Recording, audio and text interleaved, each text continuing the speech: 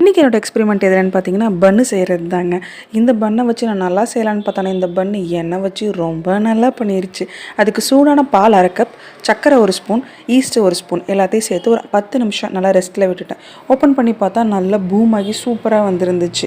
Success. Next மைதா, சர்க்கரை, salt, butter, east mix எல்லாத்தையும் சேர்த்து சதக் பதக்கு நல்லா மிக்ஸ் பண்ணிவிட்டு ஆயில் அப்ளை பண்ணி ஒரு மணி நேரம் ரெஸ்ட்டில் விட்டுறணும். ஓப்பன் பண்ணி பார்த்தா நல்லா பூம் ஆகி சூப்பராக வந்துருந்துச்சு. அப்போவே எனக்கு டவுட்டு, நமக்கு இப்படியெல்லாம் கரெக்டாக வராதே அப்படின்ட்டு. சரி பண்ணித்தான் பார்ப்போமே அப்படின்ட்டு பண்ணினேன். குட்டி குட்டி பாலாக எல்லாத்தையும் பிடிச்சி அது மேலே பட்டரை லைட்டாக அப்ளை பண்ணிவிட்டு டிஜில் வச்சு எடுத்தால் யாரையும் அடிக்கிறதுக்கு கம்பு வேணாம், கத்தி வேணாம். இந்த பண்ணு ஒரு பார்சல் மண்டையில் டுமில்னு உடஞ்சி போயிடும். அந்த அளவுக்கு கல் மாரி ஆயிடுச்சு.